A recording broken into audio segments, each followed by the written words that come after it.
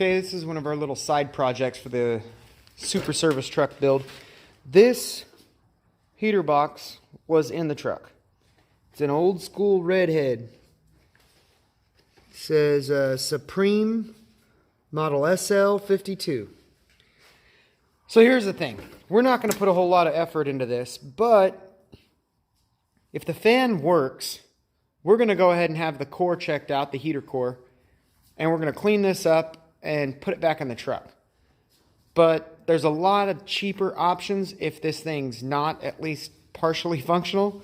So with any luck, it's going to work. So we're going to break it down. There's a few screws across the top. Open it up, get the fan out, and then we'll let you guys see us check it out and see if the fan's going to take off. Okay, so we broke the old redhead apart. The wire's not at all in good shape, but we want to see if the motor is going to work. You know, it's not frozen. It actually feels pretty good. So, this is the heater core. That's also in surprisingly good condition. It doesn't look like it was leaking or anything. We could probably get it tanked and cleaned up. So if the fan checks out, and then we have this check out, everything's pretty good with this little box. So the fan's pretty easy to check. We're going to use our power probe. We're just going to put 12 volts to it and see if our fan turns on. What I did was tie the lead on here. It's only got a single wire coming out, so I have to assume that it's using the housing for its ground. So we're hooked up.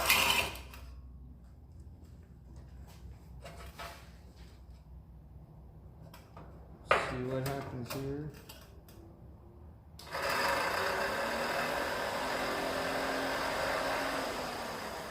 I think we've got a good heater box. We're going to put the old redhead back in the KB.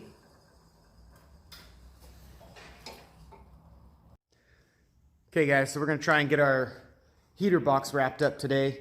We dropped the heater core off at the radiator shop so we can get it tanked and checked, and radiator shop says it looks pretty good. So as long as it checks out on their pressure test, we're going to have a good heater core. We know the fan works.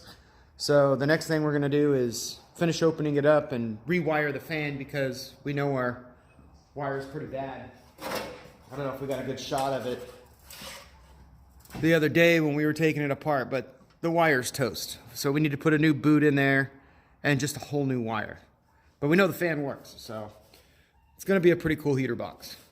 So all we really have to do though, it's pretty simple. This just pulls out, but to pull it out, we got to take this shroud off. So we're going to get that off and see what the motor looks like. Okay, so it actually came apart pretty easy. We're going to go ahead and take the back plate of the motor apart because even the ground wire is real crispy. We'd like to change both wires right inside the motor so that we don't have a short or anything like that.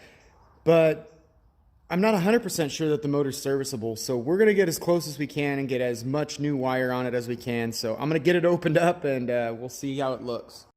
Okay, got the blower motor out, which is actually really neat. It's got a fan. This is what pushes air towards the floor, and then the squirrel cage is what throws the air up at the defroster. And there's actually a vent on the side.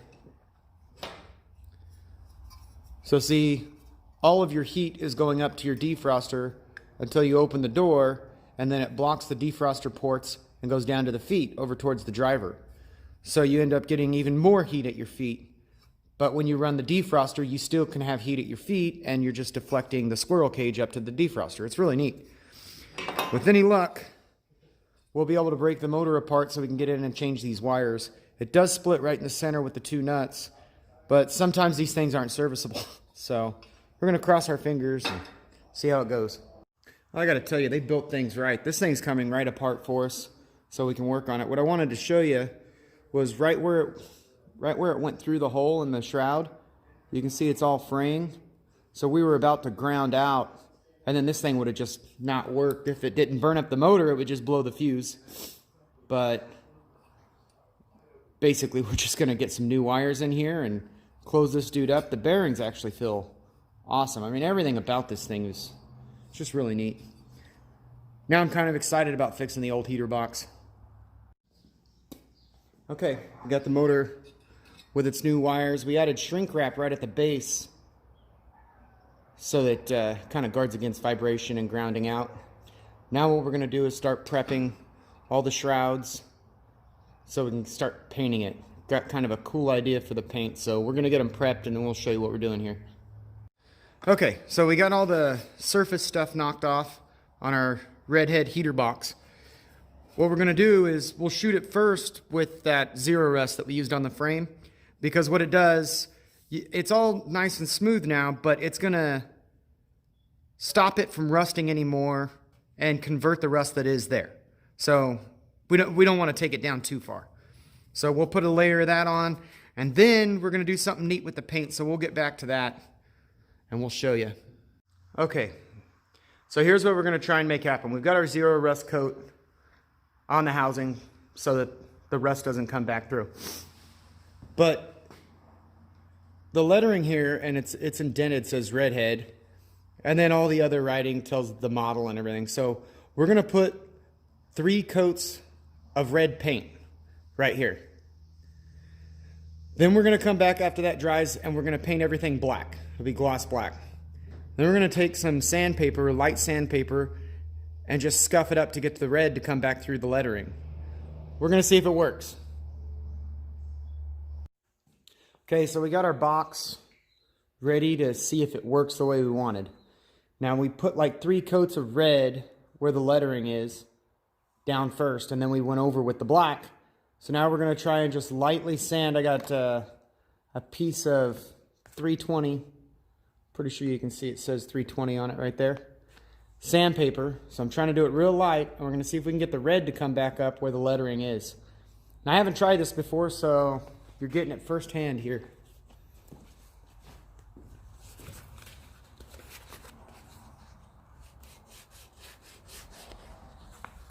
Ooh, we don't want to do that. Okay, really got to make sure we get it up here.